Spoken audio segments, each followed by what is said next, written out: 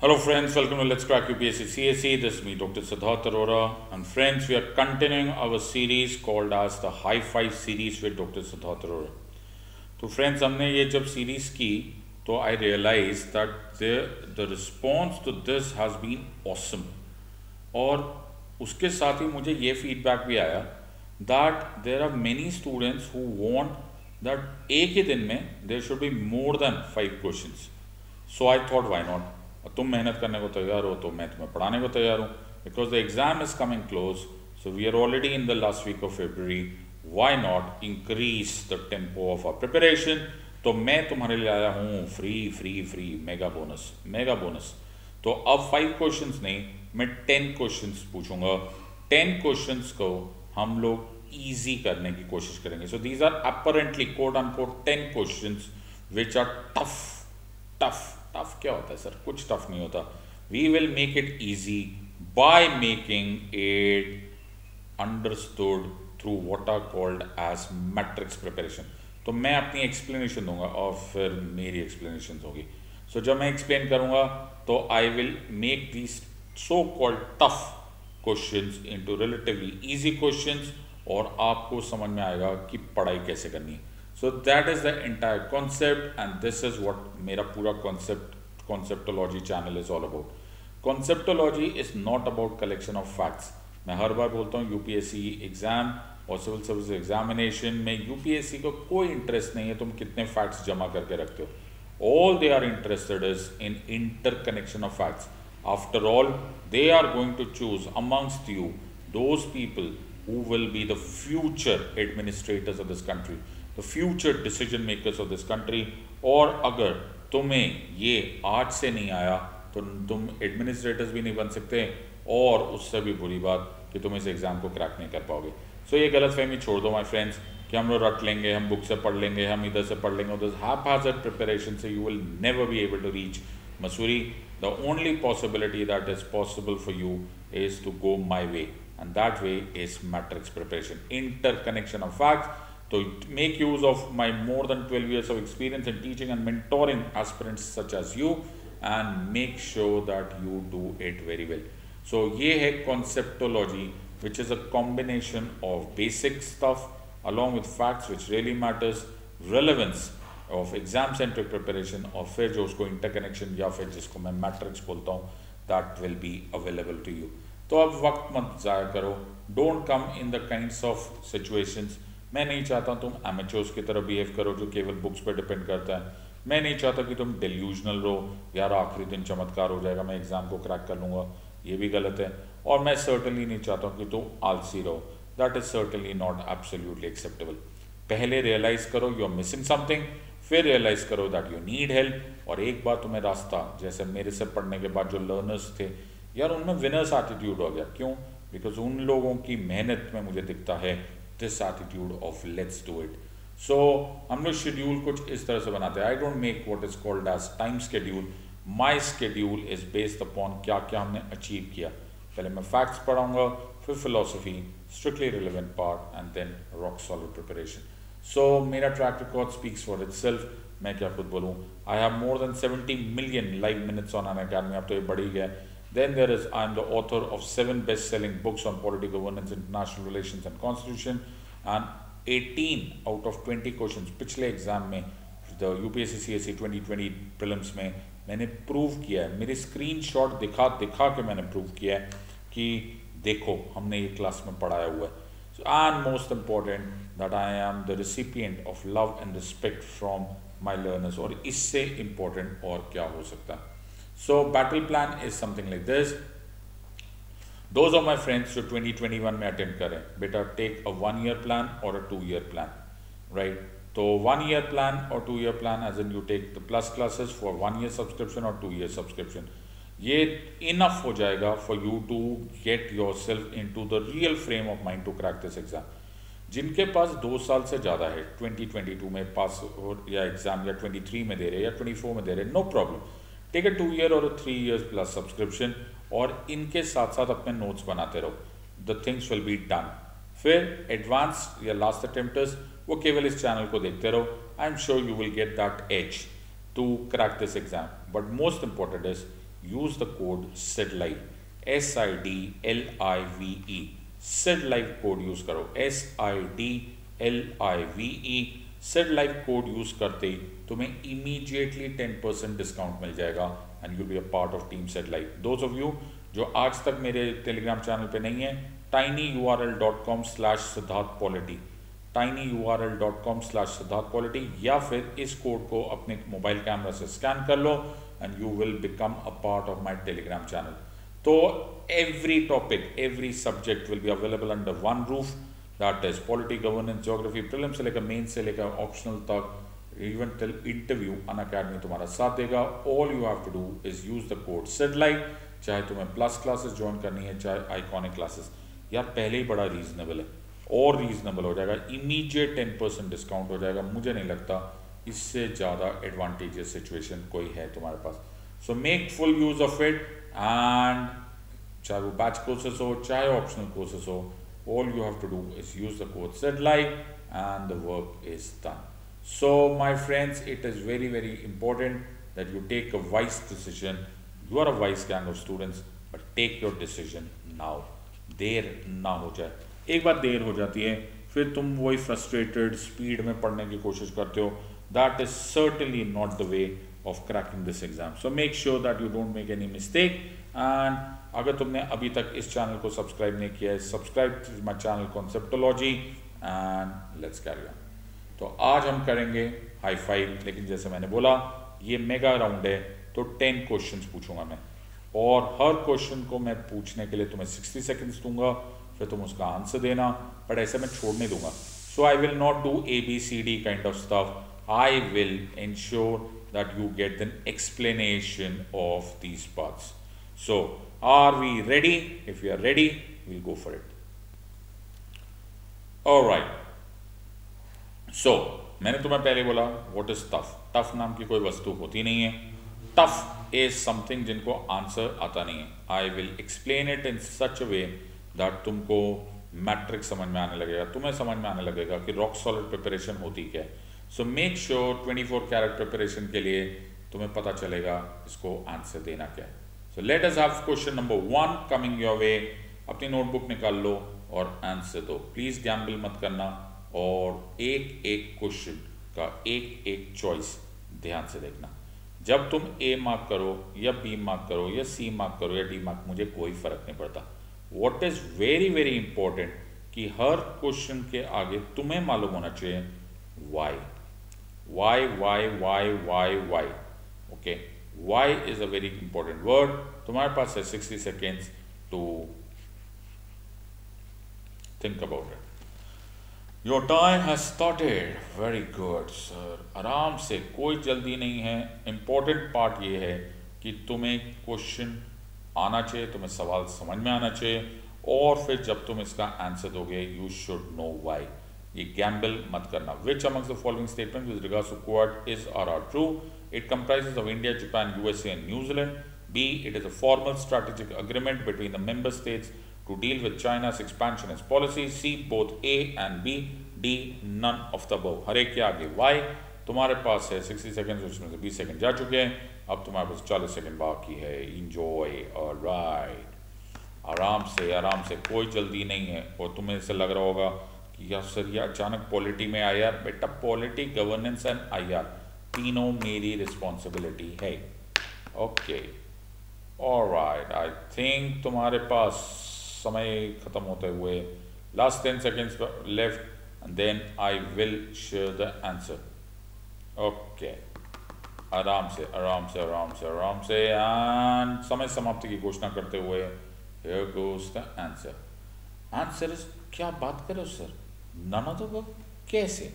Because it is not New Zealand, it is Australia. ये वाली बात तो हमको मालूम थी सर कि it is not New Zealand, it is Australia. India, Japan, USA and Australia. लेकिन ये तो ठीक था sir. It is a formal strategic agreement. नहीं बेटा, अब मैं तुम्हें इसकी एक्सप्लेनेशन दे देता हूँ, and a very important explanation for that. See, बहुत सारे लोग क्वाड को एशियाज नेटो मानने लग गए थे, लेकिन all the member states specially India इस ऑपोजिशन को और इस पूरे कॉन्टेक्स्ट को, इस पूरे डेफिनेशन को, इस पूरे नैरेटिव को अपोज कर रहा है कि नहीं है यार, हम लोग को एशियाज नेटो नहीं बना रहे। सो ये एशियाज नेटो नहीं है, it is not a formal strategic agreement, हमने ऐसा कुछ भी नहीं किया, it is at maximum an arrangement. Okay, it is at maximum arrangement है। तो ये कोई फॉर्मल स्ट्रैटेजिक अग्रीमेंट हमने किया नहीं है। जितना मर्जी चाइना टेंशन में आए या जो मर्जी वर्ल्ड ओवर टेंशन में लगी, यार ये कोई छोटी मोटी नेवीज है ना, US, Japan, India, Australia, these are huge naval powers, और ये लोग एक्सरसाइजेस कर रहे हैं इंडियन ओशन में। Why are they doing it? They are doing it against China's expansionist policy. China अपने आप को एक्सपैंड कर रहा है, उसने pearl string of pearls theory बना दी है, वो ऐसे लिसनिंग पोस्ट बनाई जा रहा है। मैंने आईआर के अपने कोर्स में इसको बहुत डिटेल में डिस्क्राइब किया हुआ है। फिर इंडिया ने स्ट्रिंग ऑफ फ्लावर्स किया हुआ है, तो ये सब कुछ हम लोग कर रहे हैं, आई कैन अंडरस्टैंड दिस। लेकिन अ वेरी इंपॉर्टेंट कॉन्सेप्ट है कि अभी तक हमने इसको फॉर्मल स्ट्रैटेजिक अग्रीमेंट का रूप नहीं दिया, पता नहीं आगे क्या होगा, लेकिन for the time be at maximum Quad is an arrangement. Okay, it is informal in nature, अभी तक कोई अग्रीमेंट पर से नहीं हुआ।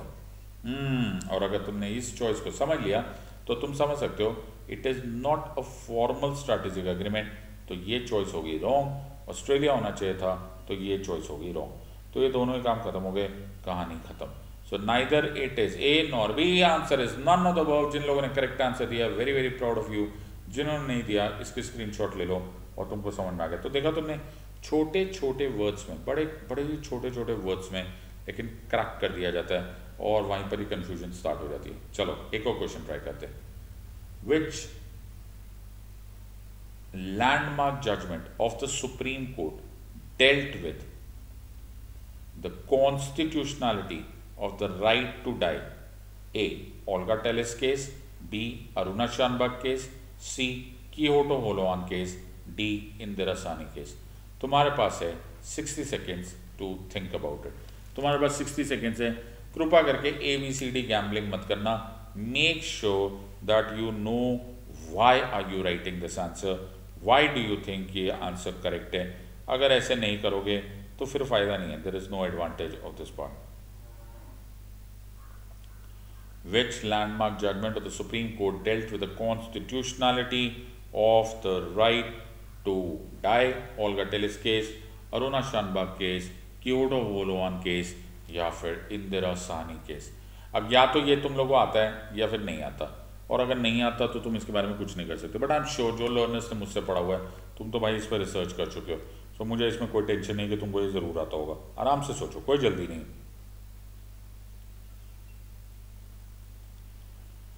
ऑलराइट, मैं तुम्हें एक समय समाप्ति की घोषणा बताते हुए पढ़ता हूँ। that the entire concept has come down to the last 15 seconds। अब 15 सेकेंड बाकी है। मैं फिर बोल रहा हूँ, या इसको छोड़ दो, मुझे कोई गम नहीं है, अगर इसको छोड़ दोगे मैं फिर भी सह लूँगा, लेकिन इसको राइट करो, और वो भी तुमने सिर्फ गैम्बलिंग पे, तुक्केबाजी से, गेस वर्क से किया है। I will not be happy about it. So you should be also having the guts to leave it. याद रखना, on the day of the exam ये -1/3 ऑफ योर मार्क्स कर सकता है। So it can have very dangerous repercussions. और समय समाप्ति की घोषणा करते हुए मैं तुम्हें बता रहा हूँ इसका आंसर, और ये बड़ा ही फेमस केस था, द अरुणा शानबाग केस। सो इसको दो तरीके से किया जा सकता है, या तो एलिमिनेशन से कर लेते, हाँ सर एलिमिनेशन से करते, तो एलिमिनेशन से करना ईजी रहेगा। तो एलिमिनेशन से अगर हम करेंगे तो हम करते हैं एक एक केस एक एक बार। तो सबसे पहले हम देखेंगे ओल्गा टेलिस केस। सो जो ओल्गा टेलिस केस था, ये राइट, अगर तुम्हें याद है तो मैंने तुम्हें बताया था, ये पेवमेंट ड्वेलर्स केस था। तो पेवमेंट ड्वेलर्स केस में राइट टू लाइवलीहुड को अंडरस्टैंड किया गया था, that it is to be understood as the part of right to life. तो ये था Olga Tellis versus Bombay municipal corporation 1986 का केस। और ये केस ने पहली बार इस, ऐसे तो पहले भी था, but this was primarily a very authoritative, very landmark judgment, it said that right to livelihood will certainly fall under the category of the word life under article 21। ये तो हो गया एक। फिर अभी हम आंसर अरुणा शानबाग वाला बाद में करते हैं। फिर था कीहोटो होलोआन केस। तो ये केस तो बड़ा ही अच्छा केस था। क्योंकि इसमें ना 10th शेड्यूल को चैलेंज कर दिया गया था। और 10th शेड्यूल में अगर तुम्हें मालूम है जो एंटी डिफेक्शन वाला लॉ है उसमें लिख दिया गया, या बड़े हिम्मत कर दी उन्होंने, लिख दिया that no court will interfere in the matter of the disqualification of any member on the basis of anti-defection as provided under 10th schedule. In other words, speaker का जो डिसीजन होगा विल बी फाइनल। तो जब final आ जाएगा तो ऐसा लगा कि जुडिशियल रिव्यू नहीं होगा। अब जुडिशियल रिव्यू कैसे लेकर जा सकते हो सर? जुडिशियल रिव्यू को छूना भी मना है। क्यों? क्योंकि judicial review basic structure doctrine का पार्ट है। बिल्कुल। तो क्योडो ओलोवान केस में ये उठाई बात कि भैया सर ये कैसे माय लॉर्ड आप करवा सकते हो? पार्लियामेंट को कैसे अलाउ कर दिया? 10th शेड्यूल अपने आप में नल एंड वॉइड है बिकॉज वो जुडिशियल रिव्यू लेकर जा रहे हैं। तो सुप्रीम कोर्ट क्लैरिफाइड कि ऐसा नहीं है बाबा, पहला decision is of the speaker, तब हम इंटरफेयर नहीं करेंगे। एट अ लेटर स्टेज अगर हमको लगेगा that the speaker has not acted according to the due procedure और वो अनफेयर है, बायस्ड है, तो हम पक्का इंटरफेयर कर सकते हैं। कौन हमको मना करेगा? हम सुप्रीम कोर्ट हैं। ओहो सॉरी। फिर क्या हुआ? थर्ड केस जो इसमें कौन सा था यार? थर्ड केस देखना पड़ेगा।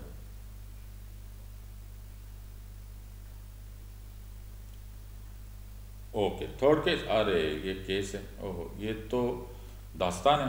द थर्ड केस है इंदिरा सानी केस। तो इंदिरा सानी केस क्या था? अरे यार इसको तो मैं तो एक ही लाइन में बोलूँगा तो मैं सब कुछ याद आ जाएगा। सो इंदिरा सानी वर्सेस यूनियन ऑफ इंडिया, एक PIL था जिसको प्यार से मंडल केस बोला जाता है। तो जब मंडल कमीशन ने, the second backward classes commission ने अपनी recommendation the of 27% reservation for OBCs, तो इंदिरा सानी केस में इस पूरे प्रोविजंस को चैलेंज कर दिया गया।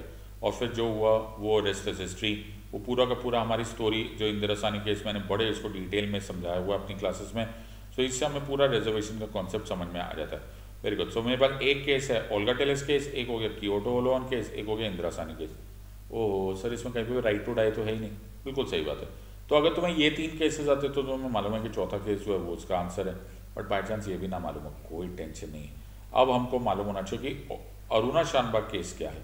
सो we have to look at Aruna Shanbaug case, that is a very important part. और अरुणा शानबाग केस अगर तुम्हें याद है, so Aruna Shanbaug was a nurse, right. I hope तुमको रेड वाली स्लाइड दिख रही है, रुको मैं इसको ब्लैकिंग कर देता हूँ, बेटर रहता है। सो अरुणा शानबाग केस जो था वो, Aruna Shanbaug was a lady nurse in KEM hospital in Mumbai. और फिर उनके ऊपर एक सेक्सुअल असॉल्ट हुआ और उनको वहीं पर स्ट्रैंगल करके मारने की कोशिश की गई, but she slipped into coma. And फिर KEM हॉस्पिटल के स्टाफ ने, नर्सेस ने ह्यूमैनिटी का एक बड़ा एग्जाम्पल दिया और अरुणा शानबाग का ख्याल रखा और उनको ऐसा ध्यान रखा जैसे एक फैमिली मेम्बर होती है। बट 2010 में उनके नाम पर हर next best friend madam Pinky, उनकी तरफ से एक पिटिशन डाली गई बॉम्बे हाई कोर्ट में, सेइंग दैट अरुणा शानबाग को यूथेनेसिया यानी कि मर्सी किलिंग अलाउ की जाए। सो अब पूरा सिचुएशन ये आ गया कि किस बेसिस पे यूथेनेसिया और मर्सी किलिंग हो जाए। तो द पॉइंट यहाँ पे बोला गया कि लाइफ का मतलब is not merely living, it is living with choice and dignity. तो ऐसा माना गया कि अरुणा शानबाग की लाइफ ऐसी हो गई है because of coma and so many years of being bedridden कि अब उनकी लाइफ में वो चॉइस एंड डिग्निटी चली गई है। But Bombay high court decline that kind of petition and the matter went to the supreme court. And यहाँ पर एक मेजर क्वेश्चन मार्क उठ गया जिसको हम फिर कभी किसी और क्लास में करेंगे कि क्या the word right to life also includes life और right to die. I hope you have understood this part. So right to life is a very big word, okay? It is living with choice and dignity. So क्या ये living with choice and dignity में right to die automatically आ जाता है? तो अब तो उसके बाद common cause वाला NGO केस में अब तो ये हो गया कि right to die is also included. But ये शुरुआत हुई थी, ये दास्तान शुरू हुई थी, ये चैलेंज स्टार्ट हुआ था और rather came in the limelight with Aruna Shanbaug case. इससे पहले पी रत्नम केस में भी ये उठा था, ज्ञान कौर केस में भी ये उठा था। एंड आई होप जिन लोगों ने मुझसे पढ़ा हुआ है तो वो उनको पूरी कहानी याद आ रही होगी। And that is why my friends, ये मेरा पढ़ाने का तरीका है कि सिर्फ वहाँ पे मत रुक जाओ जो पूछा गया है, उसके आसपास जैसा नॉर्थ ईस्ट वेस्ट साउथ सब पढ़ा दो, फिर जो मर्जी पूछने दो UPSC को। ओके हम तैयार हैं। Okay so either ways Aruna Shanbaug case को याद रखिएगा, वेरी अनफॉर्चुनेट इवेंट, लेकिन it became the beginning of a very major legal answer, or rather answer for the constitution, which said that yes, right to die is also inclusive under the word life.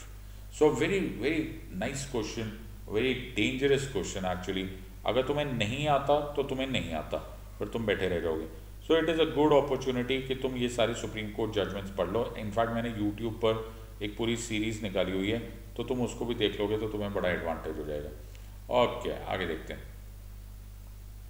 तो अगला question की तरफ हम बढ़ते हुए, और अरे वाह, when a bill is referred to a joint sitting of both the houses of the parliament, it has to be passed by a simple majority of the members present and voting, b 3/4 majority of members present and voting, c 2/3 majority of the houses, D absolute majority of the houses. मैं तुम्हें कुछ सूचना देना चाहता हूँ. क्या 60 seconds बाकी, 60 seconds है तुम्हारे पास. ओके, आराम से सोचो. मैं नहीं चाहूँगा, मुझे कोई खुशी नहीं होगी कि अगर तुम्हें एक आंसर दो लेकिन वो तुमने कंप्लीटली गेस वर्क से किया हो. Certainly not acceptable. लेकिन मैं चाहता हूँ कि तुम हर चॉइस का आंसर इस बेसिस पे हो कि तुम्हें मालूम होना चाहिए राइट है तो क्यों है, रॉन्ग है तो क्यों है. अगर ये नहीं कर रहे तो तुम टाइम वेस्ट कर रहे हो, तुम व्यर्थ ही अपना समय बर्बाद कर रहे हो. That is not how I want you to read this exam और फॉर दिस एग्जाम. ओके, आधा समय हो गया है हाफ टाइम होते हुए. अब फटाफट सोचो. When a bill is referred to a joint sitting of both the houses of the parliament, it has to be passed by. Okay,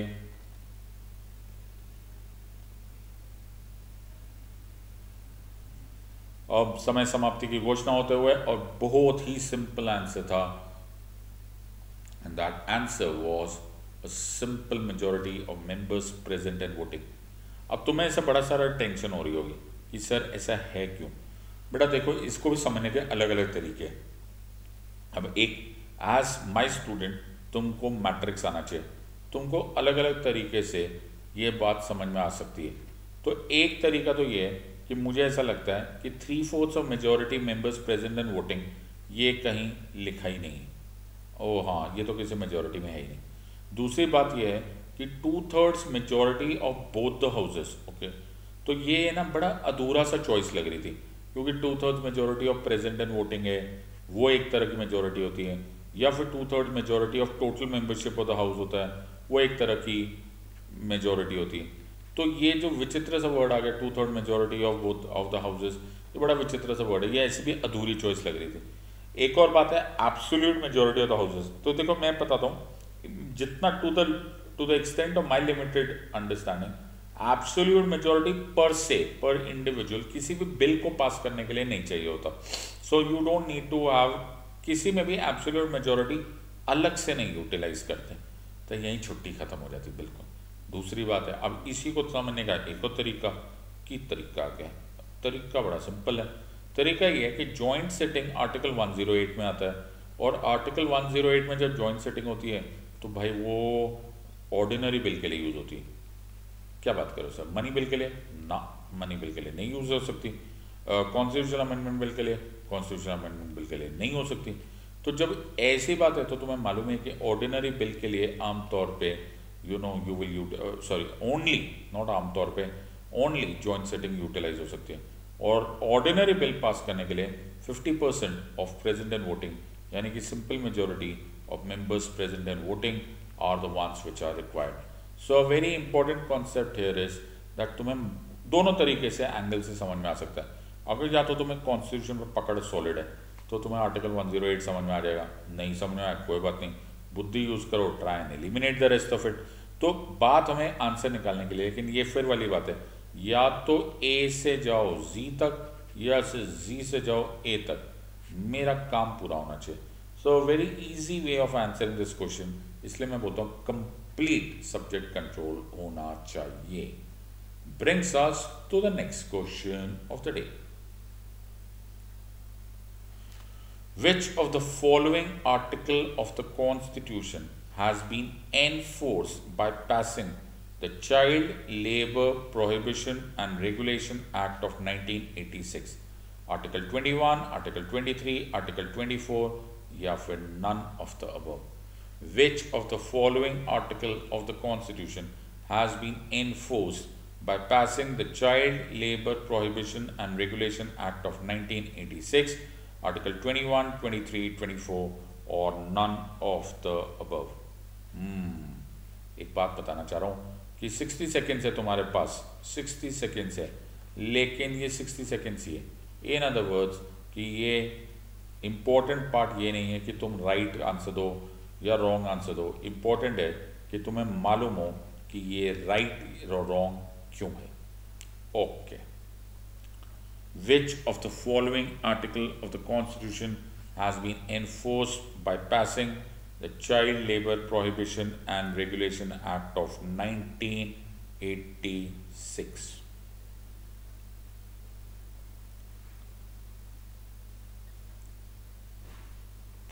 Okay.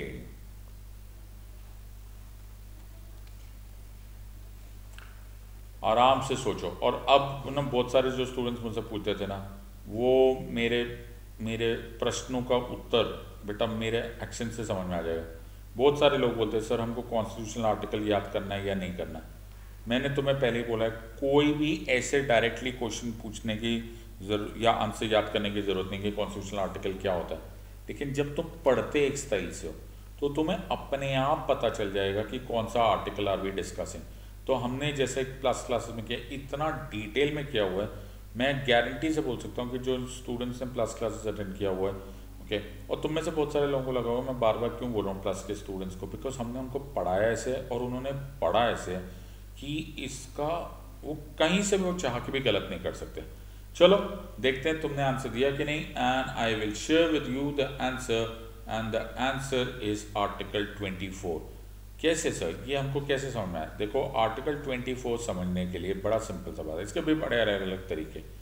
देखो child labour prohibition and regulation act of 1986, right, हमें child से deal कर रहा है, हमें child labour से deal कर रहा है और उसको कहीं पर प्रोहिबिट या फिर रेगुलेट कर रहा है। तो अब इन सब का नाम लिख लेते हैं। तो ये है no person shall be deprived of his life or personal liberty except according to procedure established by law. Article 23 is dealing with trafficking and forced labor. हाँ ये वाली बात है। लेकिन Article 24 is dealing with the prohibition of labor of child in factories, mines, etc. ओहो, अगर तुम्हें ये क्वेश्चन आता होता, अगर तुम्हें ये आर्टिकल 21, 23, 24 आता तो ये प्रैक्टिकली नो ब्रेनर था, फिर तो इसमें कुछ सोचने की ज़रूरत ही नहीं थी। अब मैं इस क्वेश्चन को टफ कर सकता हूँ, ओके। अब इसको क्या टफ करेंगे सर? अरे बड़ा अच्छे से टफ किया जा सकता है। So let us try and make this choice tougher. अब तुम्हें पता चलेगा कि एक एग्जाम को टफ कैसे किया जाता है। तो इसी क्वेश्चन की इसी चॉइस को पढ़ लेते हैं। Which of the following fundamental rights, which of the following fundamental rights is enforced by passing Child Labor Prohibition and Regulation Act of 1986। अब इसी चॉइस को चेंज करते हैं, ठीक है। तो A, B, C, D, ठीक है। अब ध्यान से देखना, आप देखो आर्टिकल 21, आर्टिकल 24, अच्छा ये तो अपनी चॉइस वही है। अरे रुको तो सही, गेम बदलने दो मुझे। Both A and B, okay, and D none of the above. क्या बात करो, ऐसे करो, इसको भी क्वेश्चन समझ लो, बताओ। हाँ तो तुम्हारे पास है 60 second to think about it. बताओ, आज तो तुम्हारा मेगा बोनस हो गया, ओके। अब इसको भी क्वेश्चन समझ लो, अब आंसर दो। तुम्हारे पास 60 सेकेंड है। अब देखो इस क्वेश्चन सेम क्वेश्चन है, मैंने कुछ भी नहीं बदला, ओके, सिर्फ चॉइसेस जरा सी दाएं बाएं किए, बाकी सब सेम है। सो अब देखो इस क्वेश्चन को यहाँ पर, which of the fundamental rights, which of the following fundamental rights is enforced by passing child labour prohibition regulation act of 1986, और इसी क्वेश्चन को मैंने चेंज कर दिया है into article 21, article 24, both A and B, या फिर none of the above.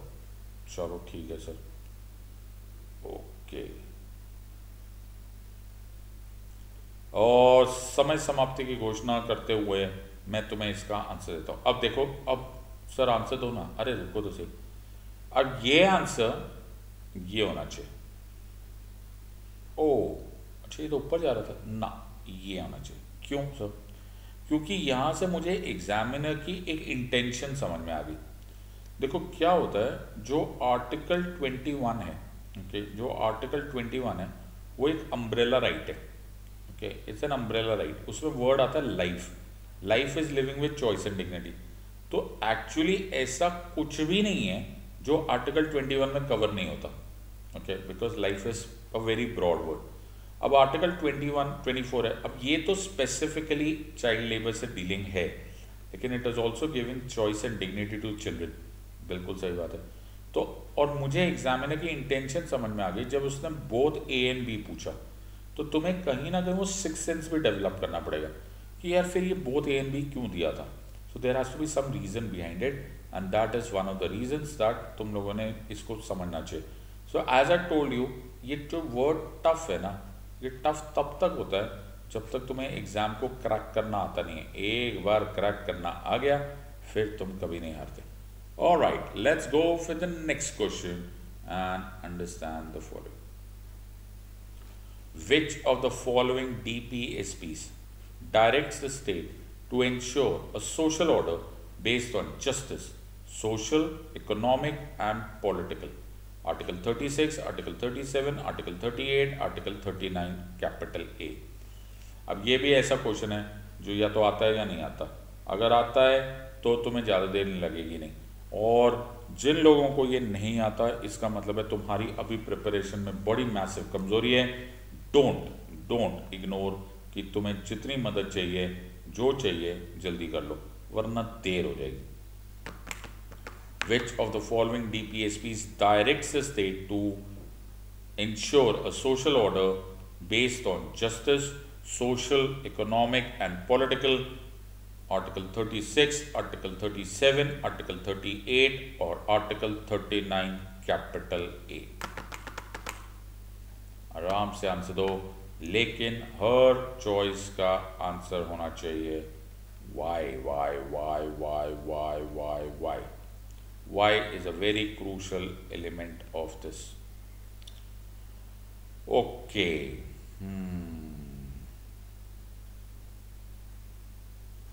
All right.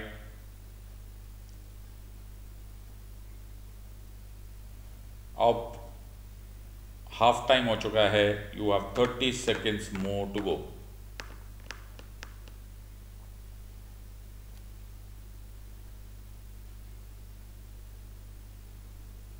Alright, और 10-15 सेकेंड रह गए हैं। ओके, समय समाप्ति की घोषणा करते हुए मैं तुम्हारे साथ ये शेयर करता हूं। Answer here is oh article 38। अब देखो, इसका कोई सो कॉल्ड शॉर्टकट नहीं है, ओके। इसके लिए तुम्हें इन डेप्थ प्रिपरेशन करनी पड़ेगी, but justice, social, economic, political clearly mentioned है आर्टिकल 38 में। It says that the state shall ensure that there shall be a social order in which justice, social, economic, political shall pervade every sphere of national life. तो ये article 38 में बड़ा clearly mentioned है। अब इसी को अगर हम लोग थोड़ा सा ऊपर नीचे करेंगे तो आर्टिकल 36 आ जाएगा, इसमें स्टेट की डेफिनेशन आ जाएगी। आर्टिकल 37 जिसमें ये बोला जाएगा DPSPs are not justiciable, okay, and that it shall be the duty of the state to enforce these DPSPs while passing laws। और आर्टिकल 39 कैपिटल ए बड़ा ही फेमस था, जो 42nd कॉन्स्टिट्यूशनल अमेंडमेंट एक्ट 1976 से आया, जिसमें कि फ्री लीगल एड प्रोवाइड की गई। तो द कॉन्सेप्ट यहाँ पर है, मैं इसको कुछ ज़्यादा नहीं कर सकता। इसके लिए तुम्हें पूरा DPSPs याद होने चाहिए, और मैं तुम्हें बता सकता हूँ, जैसे इस साल UPSC CSE 2020 में पूछा that which other DPSPs are required or which directs the state to maintain international peace and security. तो अब डायरेक्ट क्वेश्चंस आने लग गए, तो जहाँ मेमोराइजेशन की जरूरत है वहाँ मेमोराइज जरूर कर लो. The idea here is DPSP. So let us have the next one now, and the next one is here. The provisions in the 5th schedule and the 6th schedule in the Constitution of India are made in order to A. Protect the interests of scheduled tribes, B. Determine the boundaries between states, C. Determine the powers, authority and responsibility of panchayats, D. Protect the interests of all the border states. अब मैं तुम्हें एक bonus tip देता, तो tip, अब क्या tip देना है? टिप ये है कि शेड्यूल्स मेमोराइज कर लो, सारे शेड्यूल्स मेमोराइज कर लो. ये ना बोनस क्वेश्चंस होते, अगर ये आया तो क्विकली आंसर दे दोगे, और अगर नहीं तुमने मेमोराइज किया होगा तो तुम इसको जो मर्जी सोचते रहो, इसका कभी आंसर मिलने वाला ही नहीं. So you have 60 seconds to think about it. Answer this to the best of your ability now.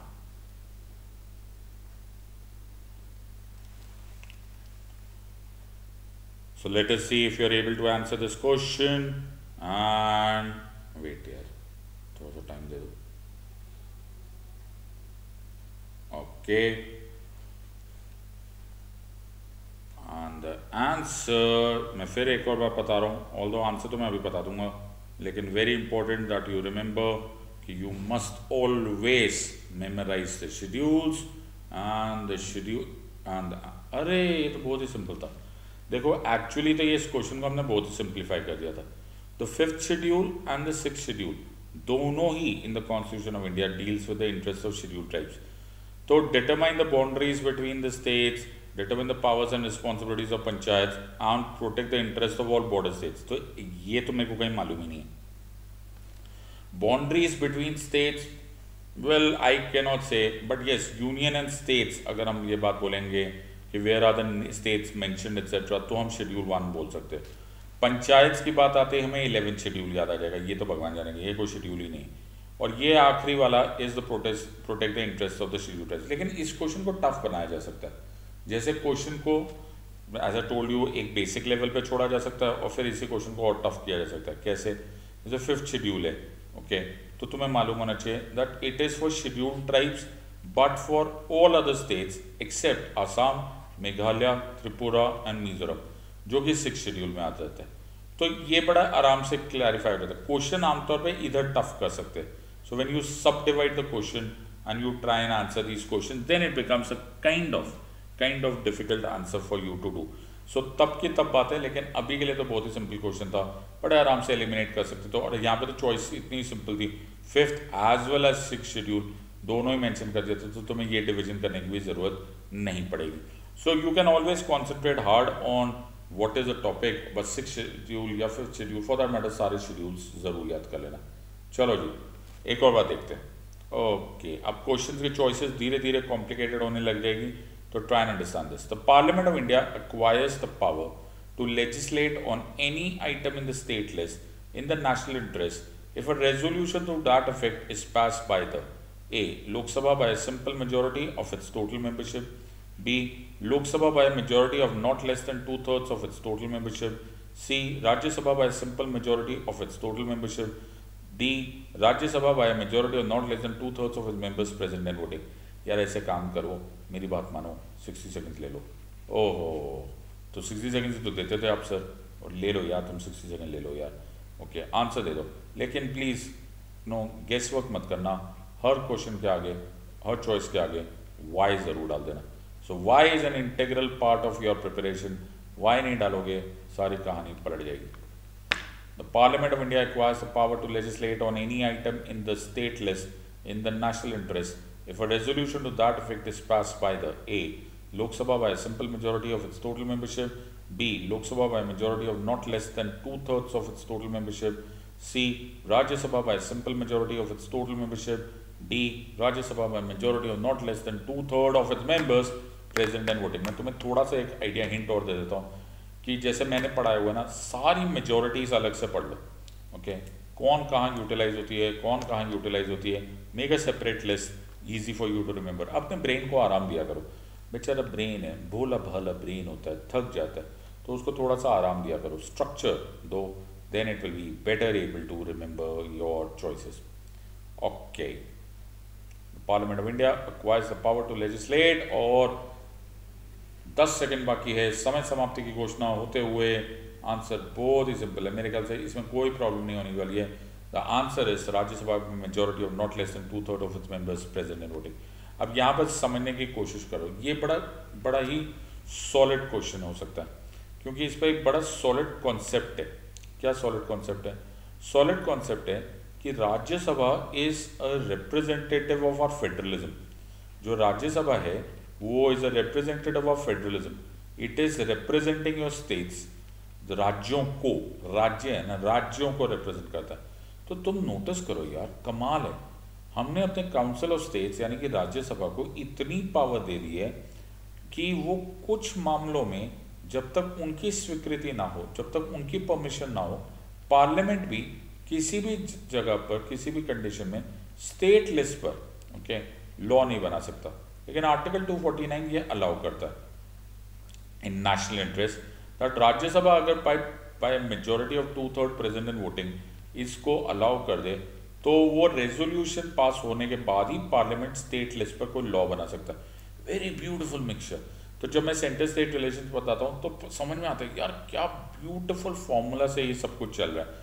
और राज्यसभा का भी ये जो अथॉरिटी है ये इंडेफिनिट नहीं है, 1 ईयर तक ये रेजोल्यूशन इफेक्टिव रहता है, फिर राज्यसभा को उसको दोबारा पास करना पड़ता है। So are you noticing a very beautiful thing? यार देखो, पॉलिटी को, गवर्नेंस को इंजॉय किया करो। It is checks and balances. क्या ब्यूटीफुल स्ट्रक्चर बनाया, इन प्रोसेसेस में ही चेक्स एंड बैलेंसेस छुपे हुए। So your it is hidden with in itself. तो अगर आप ऐसा सोचो यार पता नहीं क्या होगा, अरे पता नहीं क्या होगा क्या, वो इतने तरीके से डॉक्टर अम्बेडकर ने बनाया है कॉन्स्टिट्यूशन दैट वो कहीं ना कहीं चेक्स एंड बैलेंसेस को अपने आप इंक्लूड कर देता है। इसलिए 2019 का मेंस का क्वेश्चन था, India does not have strict separation of powers but it depends upon doctrines of checks and balances. Bingo, क्या सॉलिड आंसरिंग है, and that is how I want you to answer this. तो बहुत ही बढ़िया question था okay और ये चीज़ें जो भी सेंटर स्टेट रिलेशंस की हैं, I think you should be knowing this in and out. चलो sir, which article deals with parliamentary privileges enjoyed by the members of the state legislature? Which article of the constitution deals with parliamentary privileges enjoyed by the members of the state legislature? Article 105, 194, 102, 74। अब देखो, तुम में से कुछ लोगों को ये एतराज़ होगा। क्या एतराज़ होगा? मतलब सर आप तो आप बोल रहे थे कि कॉन्स्टिट्यूशन आर्टिकल्स याद नहीं करना है, फिर आप कॉन्स्टिट्यूशनल आर्टिकल्स कर रहे हो। बेटा मैं तो तुम्हें ना एक तीर 2 निशाने कर रहा हूँ, तुम्हें ये सब करने की ज़रूरत भी नहीं पड़ेगी। मैं सिर्फ इसलिए ये इस तरह से क्वेश्चन पूछ रहा हूँ कि ताकि तुम्हें पढ़ते पढ़ते कॉन्स्टिट्यूशन के आर्टिकल्स याद आ जाए। और आर्टिकल्स नंबर से मुझे इतना महत्व नहीं है, तुम्हें ऑटोमेटिकली समझ में आ जाएगा कि क्या कोई ऐसी वस्तु होती भी है कि नहीं पार्लियामेंट्री प्रिविलेजेस नाम की। So very nice way of including both the things, जिसमें तुम्हें कॉन्स्टिट्यूशन भी समझ में आ जाए, पॉलिटी भी समझ में आ जाए, फिलोसफी भी समझ में आ जाए। आदि क्वेश्चन जो बड़े थॉट बेस्ड क्वेश्चन हो सकते हैं और बड़े काम आ सकते हैं। अरे इससे मैंने तुम्हें बताया नहीं कि अभी सिर्फ 30 सेकेंड्स रह गए। ओके, आराम से आंसर दो। विच article deals with the parliamentary privileges enjoyed by the members of the state legislature? ये वैसे पार्लियामेंट्री प्रिविलेजेस नहीं होने चाहिए थे, ये विच article deals with privileges enjoyed by the members of state legislature, ये parliamentary privileges नहीं है। okay, these are privileges enjoyed by the members of state legislature। okay, तो समय समाप्ति की घोषणा करते हुए मैं तुम्हें इसका आंसर दे देता हूँ और आंसर बहुत ही सिंपल है, आंसर इज 194। अब दो बातें इसको समझ लो, कोई तुम्हें जबरदस्ती नहीं बोल रहा कि जाकर सारे आर्टिकल्स के नंबर ही कर लो, लेकिन अगर तुम्हें ये चॉइसेस मालूम है तो तुम इतने comfortably question related to privileges कर सकते हो दैट तुम्हें पता ही नहीं चलेगा यार हमें इतना एडवांस लेवल आता कैसे। सो पहले मैं तुम्हें बताता हूँ ये प्रिविलेजेस नाम की वस्तु है क्या। तो क्या होता है, आर्टिकल 105 ऑफ द कॉन्स्टिट्यूशन, देखो वो भी चॉइस थी एक्चुअली तो लोगों ने मिस कर दिया। तो जो पार्लियामेंट्री प्रिविलेजेस थी वो 105 में थी, और जो मेंबर्स ऑफ स्टेट लेजिस्लेचर की प्रिविलेजेस है वो 194 में। तो ये प्रिविलेजेस क्या है, अब मेरी बात प्लीज ध्यान से सुनो। तो प्रिविलेजेस जो है वो मेंबर्स ऑफ पार्लियामेंट को या फिर members of legislative state legislature को, उनको ये पावर्स मिलती है जिससे कुछ ऐसी चीज़ें जो आमतौर पे एक नॉर्मल सिटीजन को नहीं मिलती, वो इन members of parliament and state legislature को मिल जाती है। जैसे सर, जैसे इनको करीब करीब unlimited freedom of speech and expression है, जैसे इनको प्रोटेक्शन फ्रॉम सिविल अरेस्ट है ±40 days of the days of the session, okay. फिर इनके पास right to audience in the both the houses of the parliament है। फिर ये लोग for certain reasons, for certain conditions, अगर ऐसा लगे पार्लियामेंट को या स्टेट लेवल की वो सीक्रेट मीटिंग करना चाहते हैं, so they can do what is called as in camera proceedings और in camera meeting, secret proceedings कर सकते हैं। They can restrict their publications and they can also punish for their contempt. तो contempt powers होती है। अब यहाँ पे बड़ा कमाल की चीज़ है, देखो इस क्वेश्चन को कहाँ से कहाँ खींचा जा सकता है ना, मालूम है 2 घंटा इस बात पे डिस्कशन हो सकती है, लेकिन 2 घंटा नहीं करूँगा मैं। जैसे हमारे यहाँ पे ये वर्ड यूज किया प्रिविलेजेस। अब सबसे पहली बात है कि हमारे यहाँ पर एक क्वेश्चन आता है व्हाट इज इक्वालिटी, तो equality is the absence of privileges. ये देखो कमाल हो गया ना। तो जब equality is absence of privileges, okay ध्यान से सुनना, और equality is a part of basic structure doctrine. Sir आप क्या करो, चक्कर आ जाएगी हमको। देखो बेसिक स्ट्रक्चर डॉक्ट्राइन है equality, equality is absence of privileges, तो भैया एक तरह से तो ये प्रिविलेजेस ही अनकॉन्स्टिट्यूशनल हो गया देखा जाए तो। वाओ क्या ब्यूटीफुल मिक्सचर है यार, दांत तो दो यार, क्या सॉलिड कनेक्ट किया मैंने तुम्हें, बिल्कुल राग बन गया, वेरी नाइस। तो ये राग पॉलिटी है।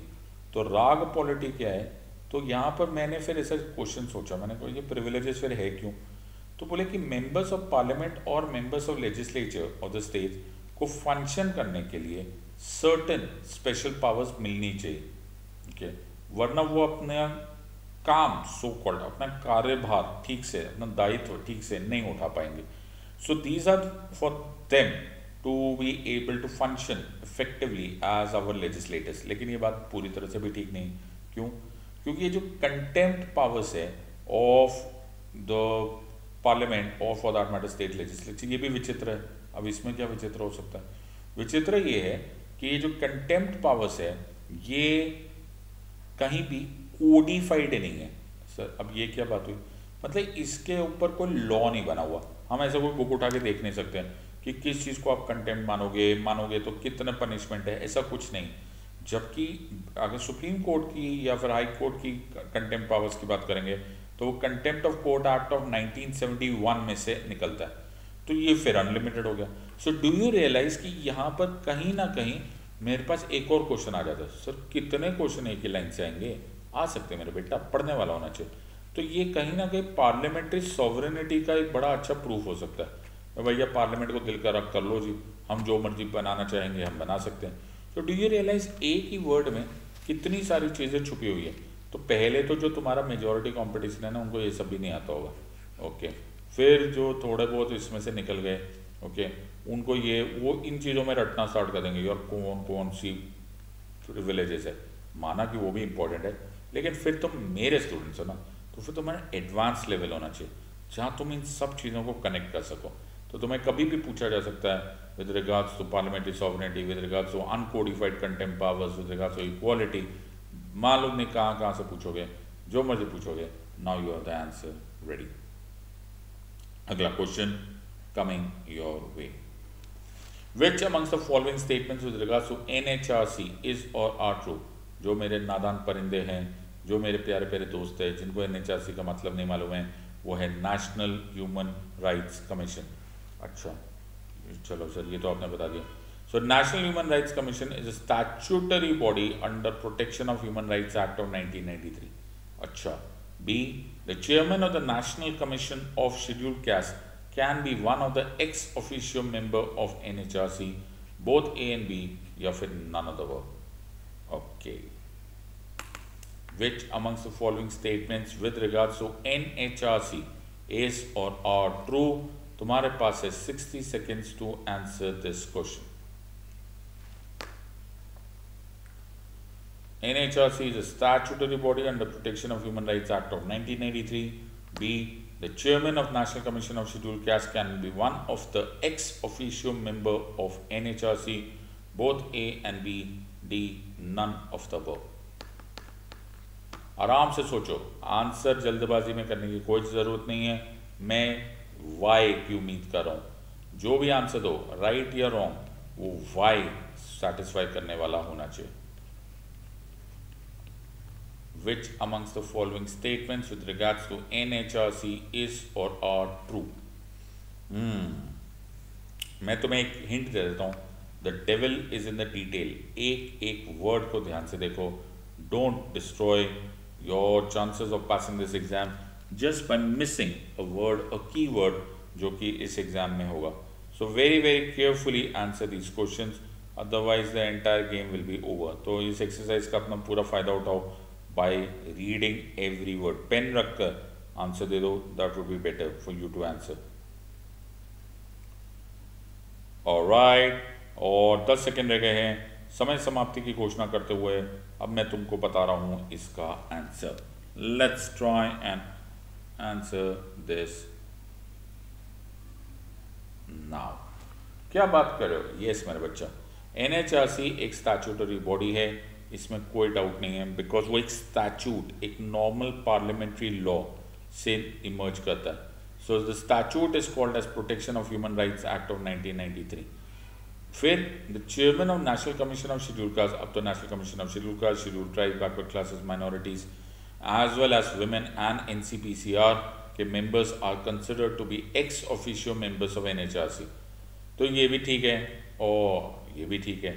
So the point that you have to remember कि यहाँ पर भी एक गड़बड़ हो जाती है, जो मैंने आमतौर पे देखा है स्टूडेंट्स को गलत करते हुए. वो करते क्या है, they don't study constitutional bodies and the statutory bodies. ये बड़ा इंपॉर्टेंट पार्ट है. और सबसे मज़ेदार बात क्या है कि ये अगर आते होंगे तो कम्प्लीटली आते होंगे, प्योर बोनस है. और अगर नहीं तुम पढ़ के गए तो भैया इसमें जो मर्जी करना है, बिकॉज ये इसमें सो कॉल्ड फॉर्मूला नहीं चलेगा. ये स्टैट्यूट्स है, ये पार्लियामेंट्री लॉ से इमर्ज करता है. So you can always expect कि कहीं पर क्या कॉम्पोजिशन होगा, कहीं पर क्या कॉम्पोजिशन होगा, क्या and so on. So make sure that you study all of them in detail.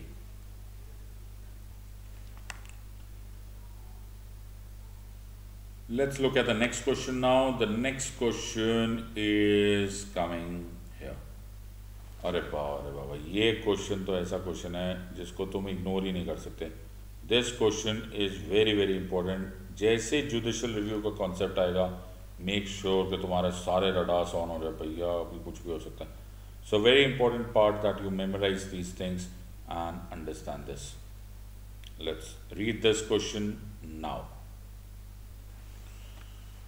In India, the judicial review implies, number one, the power of the judiciary to pronounce upon the constitutionality of laws and executive orders. Achha. B, the power of the judiciary to question the wisdom of the laws enacted by the legislatures. C, the power of the judiciary to review all the legislative enactments before they are assented to by the president. D, the power of the judiciary to review its own judgments given earlier in similar or different cases. बड़े ध्यान से answer देना, कोई जल्दबाजी करने की जरूरत नहीं. Sit back, relax and understand this. In India, the judicial review का मतलब क्या है? Okay. मैं बड़े सिंपल से बोलता हूँ. Those of you जिन लोगों ने इन लाइंस को बहुत अच्छे तरह से नहीं पढ़ा, जो लॉ बैकग्राउंड से नहीं थे या पॉलिटिकल साइंस बैकग्राउंड से नहीं थे, या फॉर दैट मैटर जिन्होंने मुझसे अभी तक नहीं पढ़ा प्लस क्लासेस में, इन वर्ड्स को स्प्लिट करना स्टार्ट कर दो. Power of the judiciary to pronounce upon dash, power of the judiciary to pronounce to question this and so on and so forth. तो इन अदर वर्ड्स इनको आराम आराम से स्प्लिट करो और फिर देखो इसमें से एलिमिनेट क्या हो सकता है. Then you will certainly be in a better position to answer this question. Either way इसमें तुम्हें ज़्यादा टाइम नहीं दे सकता. 60 सेकेंड्स बोले थे, 40 सेकेंड बाकी है. आंसर दो, या तो कमेंट्स में आंसर दो या फिर you answer in your notebook. I don't mind, but make sure that you know everything. Right, सबसे important is why. Why right है तो राइट क्यों है, रॉन्ग है तो रॉन्ग क्यों है, ये सब वाई मुझे एक्सपेक्टेड है from you. Okay, the power of the judiciary to pronounce upon the constitutionality of laws and executive orders, the power of the judiciary to question the wisdom of the laws enacted by the legislatures, the power of the judiciary to review all the legislative enactments before they are assented to by the president, and the power of the judiciary to review its own judgments and समय समाप्ति की घोषणा करते हुए answer of course पहला ही था। देखो बड़ा इंटरेस्टिंग डेफिनेशन थी, इसको है ना बड़ा नॉन फॉर्मली पूछा गया। ओके इस क्वेश्चन में तो power of the judiciary, okay यहाँ तक तो ये सब कुछ कॉमन है, ठीक है। अब यहाँ को ऐसे करते स्प्लिट कर देते। देखो तुम्हें मालूम होना चाहिए कि एग्जाम को सिंपल कैसे करना है, ये भी तो सीखना पड़ेगा ना। बिल्कुल बिल्कुल, तो इसको हम स्प्लिट करते हैं और अब इसको आंसर देते हैं। अब यहाँ से पढ़ते हैं, इसको बाद में देख लेते हैं। To question the wisdom of the laws enacted by the legislature. बेटा ये वर्ड ही अपने आप में बड़ा गलत है। क्यों? क्योंकि जब आप बोलते हो विजडम ऑफ द लॉज, देखो तीन चीज़ें होती हैं जो मैं बोलता हूँ। एक होता है judicial powers, okay, the independence of judiciary, और दूसरा होता है द पार्लियामेंट्री सॉवरेनिटी और the wisdom of the legislature. तो जब भी अगर आप कोर्ट वगैरह में सुनोगे या फिर जब हम बोलेंगे ये लॉ गलत है या ये लॉ नहीं होना चाहिए या we try to question the intelligence of the question of the law, तो यूजुअली द जजेस ये वर्ड यूज करते हैं, we are here to interpret the laws, we are not here to make laws. Because हमारे यहाँ पे कुछ हद तक ही सही लेकिन सेपरेशन ऑफ पावर्स जरूर है। फिर ये तो बिल्कुल ही गलत हो गया सर, ऐसे ये तो नहीं होना चाहिए। दूसरा है to review all the legislative enactments before they are assented to by the president. अब बताओ ये अजीब सी बात है। पहली बात तो ये वर्ड में गड़बड़ है, क्योंकि वो इनैक्टमेंट्स, ओके, वो एक्ट ही तब बनता है जब वो प्रेसिडेंट साहब उसको असेंट दे देते हैं। तो before they are assented to the by the president, कैसी कैसी बात है, ये चॉइस ही गलत है बिल्कुल। फिर ये है to review its own judgments. अब ये बड़ा अच्छी तरह से किया था। देखो यहाँ पे था जुडिशियल रिव्यू, तो इसको ऐसे बोल दिया, लो भैया जुडिशियल रिव्यू, जुडिशियल रिव्यू यही होता है, to review its own judgements. ना मेरे बच्चा, ये आर्टिकल 137 में है, this is review petition before the supreme court, या फिर that is got nothing to do with judicial review. Judicial review emerges from article 13, okay, emerges from. ऐसे तो ये मार्बरी वर्सेस मैडिसन केस में ये निकल आया था, वेयर जस्टिस मार्शल ने पहली बार वर्ड यूज किया था that it is upon the duties cast upon the courts to pronounce upon the constitutionality of laws and executive orders. तो judicial, so everything in India is under judicial review. Minerva Mills case में बड़ा अच्छा concept था। So this is how you should be knowing this. अब देखो इससे क्या होता है, जब तुम, अब ये तो मैं तुम्हें स्लो करके समझा रहा हूँ, लेकिन अगर तुम इसको स्प्लिट कर दो, ओके, तो बड़े आराम से है ना भीड़ खत्म हो जाती। भीड़ बड़ी खतरनाक चीज़ होती है। तो इसको हटा दो। अब भैया पावर ऑफ जुडिशरी कॉमन है यार, इसको हटा दो, और तू भी हट जा भैया, ये हट जा, ओके। अब मेरे को है ना अब टेंशन है कि क्या कर सकता है। तो मुझे जो बिल्कुल ही एब्सोल्युटली हेवायर लगता है यार, ये तो कुछ और ही है, यहाँ तक गड़बड़ हो गई, ये बिल्कुल ही एट्रोशियस था सर, लॉ बना नहीं है, आप पहले उसको रिव्यू करो। अब ये दो थे, इसमें मुझे ये वर्ड दिख गया, मुझे इस पर एतराज़ है बिल्कुल, तो फिर मैं इसको भी छोड़ दूंगा और फिर फाइनली मेरे पास यही आंसर रह जाएगा। So the variety of ways of answering this question, लेकिन सबसे पहले यू नीड अ काम माइंड, और काम माइंड तब होता है जब तुम्हारी प्रिपरेशन बहुत स्ट्रांग हो चुकी होती है। चलो एक और क्वेश्चन देखते हैं। ओके, क्या सर क्वेश्चन खत्म? क्या बात कर रहे हो सर? Yes my friend. तो मैं तो तुम्हें यही बात बता रहा था कि जब हम ये इस तरह के क्वेश्चंस करते हैं तो बड़ा इंटरेस्टिंग कंपोनेंट होता है that you must revise revise and revise, okay. तो मैंने तुम्हें देखो थोड़े से क्वेश्चंस में सब कुछ समझा दिया कि how must you make full use of this, revise revise and revise. तो अब जैसे मैंने बोलते बोलते बोला कि एक और क्वेश्चन देखेंगे, ऐसे हम कई और चैप्टर्स लेंगे, कई और सीरीज लेंगे, and we will make full use of this series and you will enjoy this enough. So make full use of this and understand this, okay. अभी भी देर नहीं हुई है my friends. Use the code SIDLIVE either when you want to use it for joining plus classes or iconic classes, and I'll be very very happy to teach you. So use the code SIDLIVE, SIDLIVE, and you will get an immediate 10% discount. In the words of An Academy, let's crack it. Until next time, God bless, thank you, and Jai Hind.